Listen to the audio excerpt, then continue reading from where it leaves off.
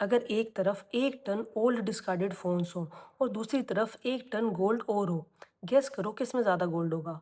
अगर डेटा देखें तो फोन से 150 से 400 ग्राम और गोल्ड और से सिर्फ 1 से 4 ग्राम गोल्ड ही रिकवर हो सकता है, और इंडिया इस वैल्यू को रिकवर करने की कैपेबिलिटी भी रखता है। रुड़की बेस्ड एक कंपनी अटेरो, जो इलेक्ट्रॉनिक्स में से गोल्ड, सिल्वर, कॉपर जैसे वैल्यूएबल मटेरियल सालों से एक्सट्रैक्ट करती आ रही है। तो यहाँ टेक्नोलॉजी की तो कोई प्रॉब्लम नहीं है, प्रॉब्लम आ रही है वैल्यू कैप्चर करने में, क्योंकि नीति आयोग के अकॉर्डिंग इंडिया के ई वेस्ट की एनुअल इकोनॉमिक वैल्यू है अराउंड 51,000 करोड़, और जिसमें से 60% टेक्निकली रिकवरेबल भी है, लेकिन करंट सिस्टम सिर्फ 18% ही कैप्चर कर पा रहा है, क्योंकि इंडिया में ये प्रोसेसिंग मोस्टली इनफॉर्मल सेक्टर कर रहा है, जिनकी कैपेसिटी सिर्फ 10 से 20% है, जबकि यही फॉर्मल फैसिलिटीज की कैपेसिटी 95 से 97% तक की है। गोल्ड के लिए तो चलो इतनी मेहनत समझ में आती है, लेकिन कॉपर के लिए भी लोग अंडरग्राउंड केबल्स तक पहुंच रहे हैं। रिसेंटली मुंबई इन्वेस्टिगेशन में पुलिस ने बताया कि मुंबई के कई एरियाज में एमटीएनएल का अराउंड 6,000 करोड़ का अंडरग्राउंड केबल नेटवर्क, जिसे मल्टीपल गैंग्स सालों से चुरा रहे थे। तो मतलब यहाँ रिसोर्स सिर्फ चोरी नहीं हो रहा था, बल्कि उसकी वैल्यू किसी और के हाथ लग रही थी। इसीलिए रिसोर्स होना और उसकी वैल्यू कैप्चर करना दोनों अलग चीजें हैं। वैसे आपका पुराना फोन कहाँ जाता है? एक्सचेंज में,